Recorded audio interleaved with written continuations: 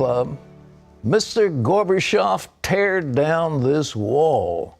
Well, after Ronald Reagan spoke those iconic words, the Berlin Wall came down. But even though communism is long gone, Russia may be more dangerous now than ever.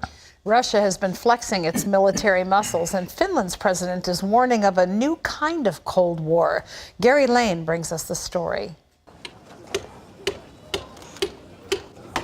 It was a day many Berliners had long hoped for.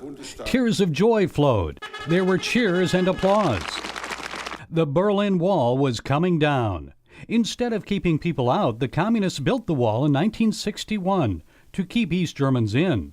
26 years later, President Ronald Reagan issued a challenge. Mr. Gorbachev, tear down this wall.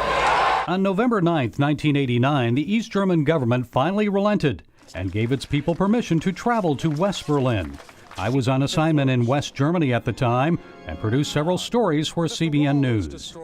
What are the chances that other walls will soon appear?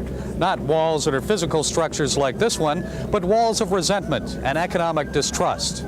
In Berlin that weekend, as the wall began to come down and East Berliners poured through, my camera crew and I couldn't help but be amazed at what we were witnessing. None of us thought in our lifetimes that we'd actually see the Berlin Wall come down. But we couldn't help but wonder, was this truly the end of Soviet communism? Or was it just a fleeting moment of freedom for people behind the Iron Curtain? 4 months later, I was privileged to produce a news segment with two remarkable Christian leaders, Pat Robertson and Billy Graham, as they walked along the remains of the Berlin Wall. And now these people can come in freedom. It's a heady day for Germany. It is. I would say to everybody, let's get behind Pat in Eastern Europe. The Lord didn't say just go to the capitalist countries. He said go to the whole world.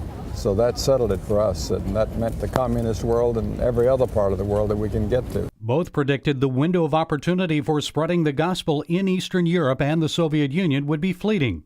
25 years later, church attendance has skyrocketed, and Christians in the former Soviet states, including Ukraine, face persecution. Russian President Vladimir Putin is now attempting to regain the glory of the old Soviet Empire. He's annexed the Crimea. Russian tanks and troops have reportedly invaded parts of eastern Ukraine. And just days ago, Russia fired 2 intercontinental ballistic missiles from a submarine in the Kamchatka region of the Pacific Ocean. That provocation followed some recent Russian aircraft violations of U.S. airspace. NATO allies like Poland worry about Russia's increased defense spending and its, quote, intensifying policy of confrontation. A top NATO general says Putin is effectively working to shift Russia's border westward into Ukraine.